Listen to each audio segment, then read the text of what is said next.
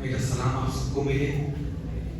ये जो मैं यहाँ खड़ा हूँ एक टेस्टिमनी है मेरे जीवन की, जो कि अभी 2 दिन पहले मेरे साथ एक इंसिडेंस हुआ जो बिल्कुल अनएक्सपेक्टेबल था। मैंने कभी सोचा नहीं था कि शायद ऐसा भी कभी कुछ मेरे जीवन में हो सकता है।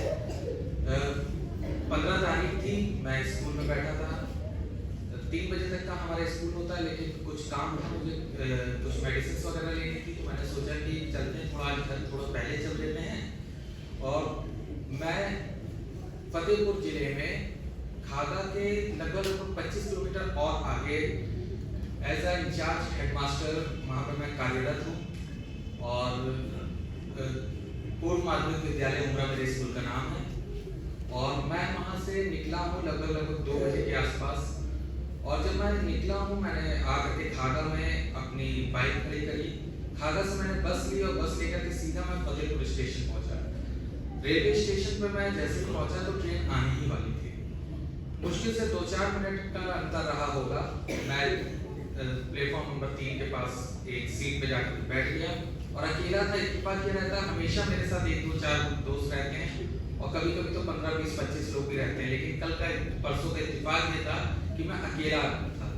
तभी एक मेरे जूनियर ने मुझे देखा और वो उधर से कहता हुआ आया। उसने कहा, भैया आप यहाँ? तो मैंने कहा हाँ, अभी जस्ट आया हूँ। मैंने उससे पूछा, मैंने कहा गाड़ी लाए हो अपनी? कानपुर रामा देवी के पास का है। कहने लगा कि नहीं भैया मैं आपके साथ चलूँ। मैंने कहा ठीक, मेरे साथ चलना। इतना हो रहा था तभी गाड़ी आके के लग रही थी कि तभी 2-3-4 लोग सिविल ड्रेस में मेरे पास आते हैं और मैं और वो लड़का मेरे साथ खड़ा था। तो कहते हैं कि हाँ टिकट दिखाइए। तो कॉन्फिडेंट था मैं कि टिकट तुम्हारे पास है, एमएसटी यूज करते हैं, रोज चलते हैं। तो मैंने कहा हाँ बताइए, ट्रेन आ रही है, मेरे पास एमएसटी है। तो उन्होंने कहा नहीं दिखाइए। मैंने अपना फोन खोला, टिकट दिखाई उनको। उन्होंने कहा आईडी दिखाइए। टिकट देखने के बाद भी आईडी, मैंने कहा हो सकता है नाम वेरीफाई कर रहा हूँ, कोई और तो नहीं है। जैसे उन्होंने मैंने अपना आधार कार्ड दिया उनको और जैसे ही उन्होंने वो आधार कार्ड देखा, कहा हाँ यही है। इनका स्टेटमेंट था हाँ वेरीफाई हो गया, यही है। तभी 4-5 लोग और सिविल के ड्रेस में मेरे अगल बगल आकर के खड़े हो गए। मैंने कहा क्या बात है? कहने लगे कि आपका नाम? मैंने कहा आशीष मसीह नाम है मेरा। कहने लगे हमारे साथ चलिए। मैंने कहा मेरी ट्रेन है और मैं घर जा रहा हूँ और मुझे निकलना, मेरी ट्रेन छूट जाएगी। कहने लगे नहीं वो छूट जाएगी, हम आपको दूसरी गाड़ी में बैठाएंगे, लेकिन अभी आप हमें कोऑपरेट करें और हमारे साथ चलिए।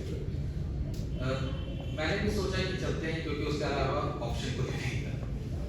मैंने उनका साथ दिया और आगे जब मैं बढ़ा हूँ तो वो मुझे बाहर स्टेशन से ले जा करके एक कार में बैठाया, पीछे से और पुलिस की गाड़ियाँ। ऐसा मुझे तो लग रहा था जैसे कोई क्रिमिनल, इस तरीके से मुझे लेकर के उन्होंने अपने काफिले के साथ पहुंचे। अब मुझे नहीं पता कि वो कहाँ मुझे लेके जा रहा है। फोन मेरा उन्होंने क्योंकि टिकट देखने के लिए ले लिया था, तो फोन उन्हीं के पास था। मैंने कहा मुझे मेरा फोन दीजिए, मुझे बात करनी है। कहने लगे नहीं फोन वगैरह बात नहीं। लेकिन मैंने कहा बताइए हुआ क्या है, बात क्या है आखिर जो आप मुझे लेके जाना है, आप मुझे कम से कम मैटर तो बताइए। तो उन्होंने कहा सब पता चल जाएगा। लेकर के बोले मुझे कोतवाली पहुंचे। कोतवाली में मैं बिल्कुल स्टंट था कि आखिर चक्कर क्या है। उन्होंने कहा कि वो बेंच पड़ी है, जाकर के उस पर बैठे। मैंने देखा बेंच के पीछे कंबल बिछा हुआ कैदियों का, 8-10 लोग बैठे हुए हैं। उन्होंने कहा कि आप बेंच पे बैठिए, मुझे बेंच पे बैठा दिया। अब मुझे ये बात समझ में नहीं आ रही थी कि ये हो क्या है। ना मेरे पास फोन था, ना मेरा कोई फ्रेंड था। मुझे समझ नहीं आ रहा था कि ये हो क्या रहा है। तो मेरे जीवन में ऐसी अचानक से ये चीज हो रही है। मैंने उनको फिर से बोला, मैंने कहा आप ये बताइए कि बात क्या है। काफी देर बाद घुमाने फिराने के बाद उन्होंने मुझसे कहा तुम्हारा नाम है? मैंने कहा मेरा नाम आशीष मसीह है। कहने लगे पापा का नाम क्या है? मैंने कहा मेरे डैडी का नाम लेट मिस्टर अजमत मसीह है। कहने लगे तुम्हारा नाम आशीष इमानुएल है? मैंने कहा नहीं, मेरा नाम आशीष मसीह है। कहने लगे कि तुम्हें पता है तुमने क्या किया है, कभी जेल गए हो? मैंने कहा नहीं। कहने लगे चलो अब चले जाना, तब पता चलेगा। मैंने सुना, मुझे बड़ा शॉकिंग सा और डर सा और अजीब सा लगा। मैंने कहा है क्या? जब ये सब हो रहा था तो उस समय तक मेरे दिमाग में इतनी नेगेटिव फीलिंग नहीं थी। जब उसने ये स्टेटमेंट बोला तब मुझे भाई मैंने कहा ये कहीं कुछ गलत चीज़ में तो नहीं फंसाने के चक्कर में है, मूवीज़ वगैरह में जैसे दिखाते हैं या कुछ। मैंने तुरंत उससे कहा आप मुझे बात बताइए कि है क्या बात। तब उन्होंने पहले स्टेटमेंट बोला कि आपको नहीं पता फतेहपुर में धर्म परिवर्तन का कितना बड़ा मैटर चल रहा है, आप धर्म परिवर्तन करा रहे हैं। मैंने कहा धर्म परिवर्तन? कहने लगे हाँ आपका नाम आशीष मैनुअल है और आपने बचने के लिए ये दाढ़ी रख रखी है और आप यहाँ अबू नगर में रहते थे और किराए के मकान पे, और आप यहाँ पे एक चर्च भी है, चर्च था और भी था, उसमें आप वहाँ पे जाते रहते हैं, आप जेल गए थे अभी, और आप 15 कोई डेट उन्होंने बोली कि ये डेट पे आप कहाँ थे। मैंने सोचा ये डेट कौन सी, तो कहने लगे ईस्टर और गुड फ्राइडे पे आप कहाँ थे लास्ट। मैंने कहा कानपुर में था। कहने लगे नहीं आप यहाँ तो फतेहपुर में थे। और अभी लास्ट ईयर फतेहपुर में बहुत बड़ा ये हुआ है जो बहुत हाईलाइट भी रहा है पेपर वगैरह में कि धर्म परिवर्तन के नाम पे कुछ इशू हुए थे गुड फ्राइडे सर्विस और ईस्टर सर्विस के आसपास। तो मेरे दिमाग में हल्का हल्का था, लेकिन मैंने कभी वो सोचा नहीं, जैसे मुझे बहुत ज़्यादा याद नहीं था। जब चीज़ें ये होने लगी उन्होंने मेरे आईडी दी कि बाप रीचेक करें, 4-6 लोग मुझे पूछने आए, कभी किसी कमरे में बुलाएं, कभी खुद कोई, कभी दूसरे ऑफिसर, दूसरे ऑफिसर, सर यही सब चल रहा था। मेरे पास फ़ोन पे नहीं, तो मैंने उनको रिक्वेस्ट करी कि मैंने कहा आप सर मुझे मेरा फ़ोन दे दीजिए, मुझे कॉल करने दीजिए, मेरे घर में मुझे सिर्फ इतना बता देने दीजिए कि मैं इस जगह पे हूँ, उसके बाद मैं आपको कॉपरेट कर रहा हूँ, आप जब तक बोलेंगे मैं तब तक रुकूंगा। कहने लगे कि नहीं सबको पता चल जाएगा। और उनका पूरा मन ये था, जो मैंने गैस किया कि वो अभी टाइम्स में अच्छा खासा लगाएंगे, और बाहर की जो बातें थी वो ये थी कि वो 1-2 दिन शायद रखते। मैं वहीं पे अकेला बैठा रहा, मैंने सर झुका करके दुआ करी, और वो दुआ थी उसके बाद से चीज़ें एकदम से चेंज सी मुझे लगी, जैसे वाकई मैंने महसूस की कि चीज़ें बहुत स्मूथ अब चल रही हैं। ऑफिसर आए, मुझे बोलने लगे चलिए आप अंदर, मुझे ले गए अपने ऑफिस में, वहाँ पे बैठाया। जिस लड़के ने मुझे उठाया था, जो उसने मुझसे आकर के बात करी, मैंने उससे रिक्वेस्ट करी, मैंने कहा सर मुझे मेरा फ़ोन दे दीजिए, मुझे घर में से एक कॉल करने दीजिए कि मैं घर को बता दूँ कि मैं यहाँ पे हूँ, और अगर मैं घर नहीं पहुँचूँगा, क्योंकि मैंने मम्मी को पहले बता रखा है कि मैं इस टाइम तक आ जाऊँगा, तो मम्मी लोग परेशान होंगे। सिर्फ मेरी ये रिक्वेस्ट है या फिर आप ही कॉल करके बता दीजिए। तो कहने लगे नहीं फ़ोन नहीं मिलेगा। थोड़ी देर जब बैठा रहा मैं, तो अचानक से मैंने देखा कि मेरा एक फ्रेंड CCTV कैमरा पे मैंने देखा, वो फ्रेंड और उसके साथ एक वकील जैसे एंटर हुआ, मेरे सांस में सांस आई। मैंने कहा हाँ अब कुछ सही है। मैंने बोला अफसर से, मैंने कहा सर मेरा फ्रेंड है, उसको बुला लीजिए। वो आए सर, वकील भी आकर बैठे, फिर बात होने लगी, तो कहा नहीं ऐसा नहीं है कुछ। मैंने और भी अपने इंट्रोडक्शन दिए कि मैं उनको भी जानता हूँ, उनको भी जानता हूँ, आप किसी को भी बुला लीजिए, मैं आ जाता हूँ, क्योंकि किसी को पता नहीं था कि मैं हूँ कहाँ। और भी मेरे फ्रेंड थे, जो लड़का मेरे साथ स्टेशन पे था, उसने मेरे रूम पार्टनरों को फ़ोन कर दिया, और उन लोगों ने इधर उधर फ़ोन करके अपने हिसाब से किया। थोड़ी देर में वहाँ पे एक अच्छी खासी भीड़ थी, जिसमें अच्छे रेनाउंड लोग भी थे, जिन्होंने आँख बंद करके मेरे ऊपर भरोसा करते थे, और उन्होंने पुलिस से स्टेटमेंट उनके ये थे कि सर इस लड़के के लिए हम ये चीज़ मान ही नहीं सकते।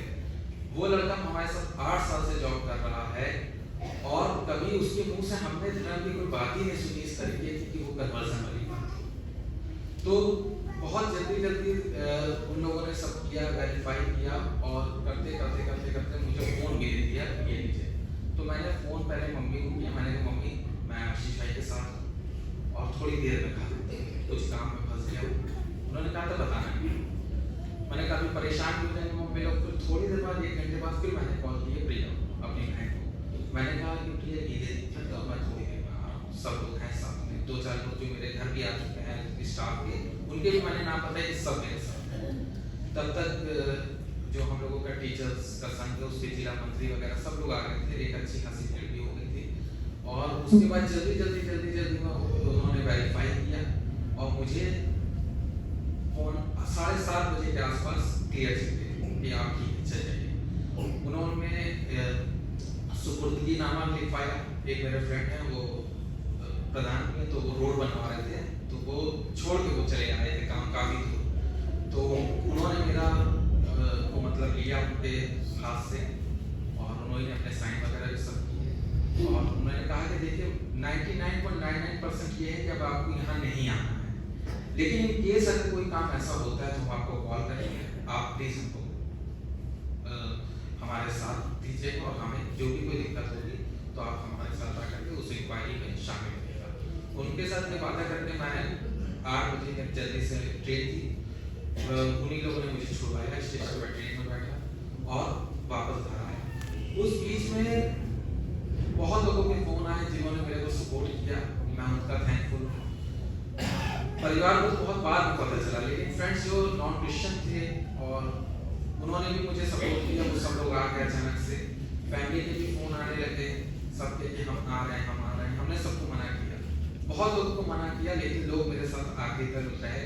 इस बात के लिए मैं खुदा का थैंकफुल हूँ सबसे पहले कि उन्होंने उनके दिलों में ये चीज़ डाली कि आप यहाँ रहें, आप और बहुत इजीली वे में बहुत अच्छी तरीके से मिस पुलिस को देखकर के अच्छे जानते हैं कि वो लोग कैसे लैंग्वेज यूज करते हैं। उन्होंने मुझको दूर तक नहीं बोला और उन्होंने मुझे चेयर भी ऑफर करे, सब करे, सब अलग लोग नीचे बैठे थे और मुझे चेयर देकर के मैं बैठा था। किसी ने एक छोटी सी बर्तन किसी ने नाम पर कुछ नहीं, और जब मैं चलने लगा वहाँ से तो 2-3 ऑफिसर ने आके मुझको सॉरी भी बोला और कहने लगे सर कुछ मिसअंडरस्टैंडिंग थी और आप अगर कोई भी स्थिति है उसमें आपको रीजन दे तो आप बताइए। मैंने कहा ठीक है। तो ये मेरे जीवन की एक ऐसी घटना हुई जो मैंने कभी सोची भी नहीं थी और बहुत बड़ी एक समस्या हो सकती थी जो कि बहुत ही इजीली वे में सॉल्व हो गई। इसलिए मैं खुदा का शुक्र अदा करना चाहता हूँ और उसके नाम का धन्यवाद देना चाहता हूँ। आप सबसे इस बात को कहना चाहता हूँ कि आप दुआ में याद रखें कि आगे ऐसी कोई दिक्कत ना हो और किसी भी मसीह भाई बहन को किसी भी इस तरीके से तकलीफ से ना